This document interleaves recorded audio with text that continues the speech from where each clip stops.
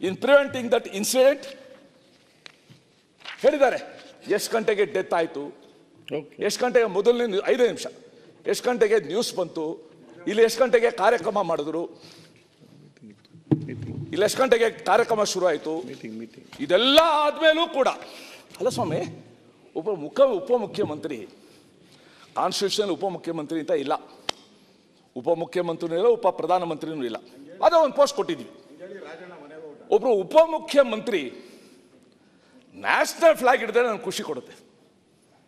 RCB flag ಇಟ್ಕೊಂಡು ಮೆರವಣಿಗೆ ಹೋಗೋದು, RCB ಫ್ಲಾಗ್ ಇಟ್ಕೊಂಡು ಆ ಕಪ್ಗೆ ಮುತ್ಕೊಡೋದು.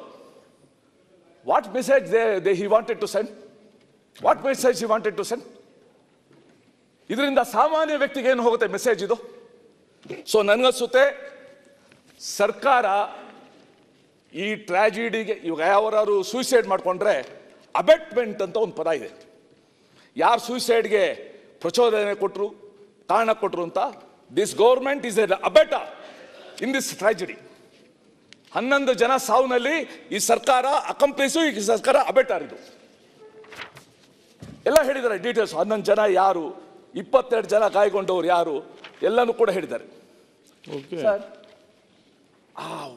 ತೀರೋದ್ರಲ್ಲ ಅವ್ರು ಸುಮ್ಮನೆ ವಯಸ್ಸು ನೋಡಿ, 13ರಿಂದ 18, 20ರಿಂದ 25 ವರ್ಷ ಹೇಳಿದ್ದಾರೆ. ಅಲ್ಲ ಹೇಳಿ, ನಾನು ರಿಪೀಟೇ ಮಾಡ್ತಾ ಇಲ್ಲ. ಅವರ ಕನಸುಗಳನ್ನ ನೋಡಿ, ಅವರ ಮನೆ, ಅವ್ರು ಹೇಳಿದ್ರು ಆ ರೋಹಿತ್ ಅಂತನೋ ಭೂಮಿಕ್ ಆ ತಂದೆ ತಾಯಿ, ಆ ತಂದೆ ಇಷ್ಟೆಲ್ಲ ಆಸ್ತಿ ಇನ್ನು ಯಾರಿಗಿಡ್ಲಿ, ನನ್ನ ಮಗನೇ ಸತ್ತೋಗ್ಬಿಟ್ಟಿದ್ದಾನೆ, ಅವನ ಜೀವನ ಹೆಂಗೆ? Who will give that solace? ನಾವೇನೋ ಅವತ್ತು ಬಂದ್ವು, ತಗೊಂಡ್ವು, ಮಾನಸ ಹೆಡ್ಲೈನಲ್ಲಿ ಫೋಟೋ ಬಂತು, ಟಿವಿನಲ್ಲೂ ಬಂತು, ನಮ್ದಾಗೋಯ್ತು ಕತೆ. ಆ ಜೀವನ ಹೇಗೆ? ಇಡೀ ಸಾಮಾನ್ಯ ನಾವೇ ಒಂದು ಶಿಪ್ಪಲ್ ಸಾಗರ ದಾಟೋದೇ ಕಷ್ಟ. ಈ ಸಂಸಾರನ ಸಾಗರನ ತೆಪ್ಪದಲ್ಲಿ ಸಾಗಕ್ಕಾಗಲ್ಲ. ಇವತ್ತು ಆ ತೆಪ್ಪದಲ್ಲಿ ಅವ್ರು ಸಾಗಬೇಕು. ಸೊ ಈ ದೃಷ್ಟಿಯಿಂದ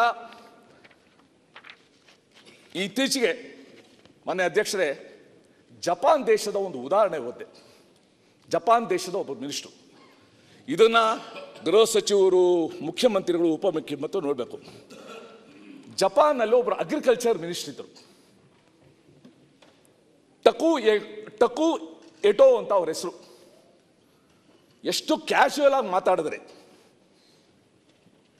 ಬೇಕಾರಾಗಿ ಮಾತಾಡಿದ್ರೆ ಏನಾಗುತ್ತೆ ಅಂತ ಸಾಕ್ಷಿ. ಜಪಾನಲ್ಲಿ ತೀವ್ರ ಹಣದುಬ್ಬರದ ಸಮಯದಲ್ಲಿ ಆ ಮಿನಿಸ್ಟರ್ ಹೇಳ್ತಾರೆ, ಬೆಂಬಲಿಗರಿಂದ ನಿಯಮಿತವಾಗಿ ಉಡುಗೊರೆಯಾಗಿ ಅಕ್ಕಿ ನಾನು ಪಡೆಯುತ್ತಿದ್ದರಿಂದ ನಾನು ಎಂದಿಗೂ ಅಕ್ಕಿ ಖರೀದಿಸುವ ಅಗತ್ಯವಿರಲಿಲ್ಲ ಅಂತ ಒಂದು ಹೇಳಿಕೆ ಕೊಟ್ಬಿಟ್ಟು ಅಗ್ರಿಕಲ್ಚರ್ ಮಿನಿಸ್ಟರ್ ಆಫ್ ಜಪಾನ್. ವಿಶೇಷವಾಗಿ ಜಪಾನ್ ದೇಶ ಅಕ್ಕಿ ಕೊರತೆ ಮತ್ತೆ ಗಗನಕ್ಕೇರುತ್ತಿರುವ ಆಹಾರ ಬೆಲೆಗಳಿಂದ ಬಳಲುತ್ತಿರುವಾಗ ಈ ಮಿನಿಸ್ಟ್ರದು ಈ ಹೇಳಿಕೆಯನ್ನ ಜಪಾನ್ ಬಹಳ ಸಂವೇದನಾಶೀಲ ದೇಶ, ಅದು ಆ ಜನ ಬಹಳ ಸೀರಿಯಸ್ ಆಗಿ ತಗೊಂಡ್ರು. ಅವರ ಹೇಳಿಕೆ ಸಿಕ್ಕಾಪಟ್ಟೆ ಟೀಕೆಗೆ ಗುರಿ ಆಯಿತು. ಇವಾಗ ಪ್ರಜಾವಾಣಿದು ಸಂಪಾದಕೀಯ ಓದಿದ್ರಲ್ಲ, ಆ ರೀತಿ ಅನೇಕ ಸಚಿವರು ಈ ನಾಗರಿಕರ ಕಷ್ಟ ಈ ಸಚಿವ ಗೊತ್ತೇ ಆಗಿಲ್ಲ ಅಂತ ಸಚಿವರು ಹೇಳಿದ್ರು.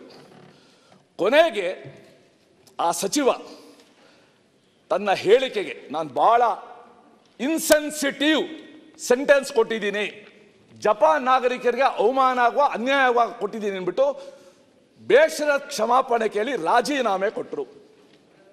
ಬಹಳ ಕಷ್ಟ ಇದು ಇಲ್ಲಿ ಎಕ್ಸ್ಪೆಕ್ಟ್ ಮಾಡೋದು. ಸೊ ಈ ದೃಷ್ಟಿಯಿಂದ ನನಗನ್ಸುತ್ತೆ ಇವತ್ತೂ ಕಾಲ ಮಿಂಚಿಲ್ಲ.